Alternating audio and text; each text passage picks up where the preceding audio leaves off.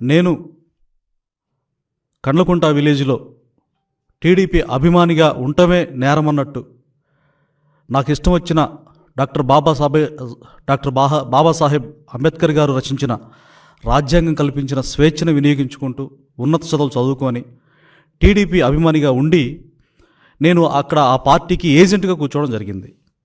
అయితే ఇక నేను నేరుగా జరిగిన విషయం చెప్తాను. ఏజెంట్గా కూర్చుంటే పిన్నెల్లి వెంకటరామరెడ్డి గారు, ఎమ్మెల్యే రామకృష్ణారెడ్డి తమ్ముడు, డైరెక్ట్గా పోలింగ్ బూత్లో నేను కూర్చున్న 114 పోలింగ్ బూత్లోకి వచ్చి, ఎరా మాదిగనా కొడక, నీకు మాకు వ్యతిరేకంగా నువ్వు పోలింగ్ బూత్లో ఏజెంట్గా కూర్చునేంత ధైర్యమారా నీకు, ఎన్ని గుండెలరా నీకు, నియోజకవర్గం మేమంటే గడగడ వణికిపోతుంది, ఎంత ధైర్యం రా నీకు అని చెప్పి నానా దుర్భాషలాడాడు. ఆ ఆడే క్రమంలో ఇంకో అతను పక్కనే వచ్చి, ఆయన 300 మంది వచ్చాడు, బయట మొత్తం మంది మార్బలం ఉన్నారు ఆయుధాలతోటి. అలాగే అతనెమ్మటి లోపల బూత్లోకి 6 వ్యక్తులు వచ్చారు.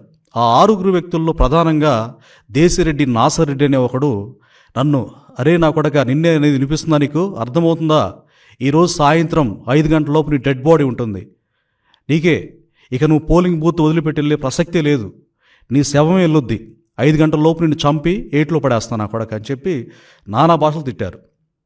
నేను ప్రశ్నించాను, ఏం భయపడలేదు, ఎందుకంటే నాకున్న స్వేచ్ఛనే కదా, నేను ఏం తప్పు చేశాను, ఎందుకు నన్ను ఇట్లా మీరు నన్ను దుర్భాషలు ఆడుతున్నారు, బెదిరిస్తున్నారు అని అంటే, అప్పుడు ఎరా నా కొడక, ఇక్కడ మా ఊర్లో ఎన్ని గుండెలు నీకు అని చెప్పి మళ్ళా వెంకటరామరెడ్డి షర్టు పట్టి లాగి ఈడ్చే ప్రయత్నం చేశాడు.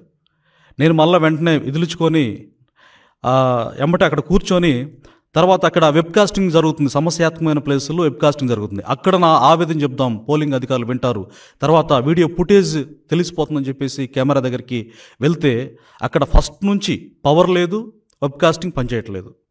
పోలింగ్ అధికారులు నేను అడిగాను, సార్ ఇక్కడ పనిచేయట్లేదు, నాకు ఇట్లా సమస్య ఉందని అంటే, ఏం చేయలేక నిశ్చేష్లు అయిపోయి, మేమేం చేయలేం బాబు, అక్కడ వాళ్ళని ఎదిరించలేము, దయచేసి మమ్మల్ని మీరు ఏం అనొద్దని చెప్పేసి అక్కడ పోలింగ్ అధికారి పీఓ గారు, ఏపీఓ గారు, అక్కడున్న సిబ్బంది కూడా ఏం చేయలేని నిస్సహాయ పరిస్థితి.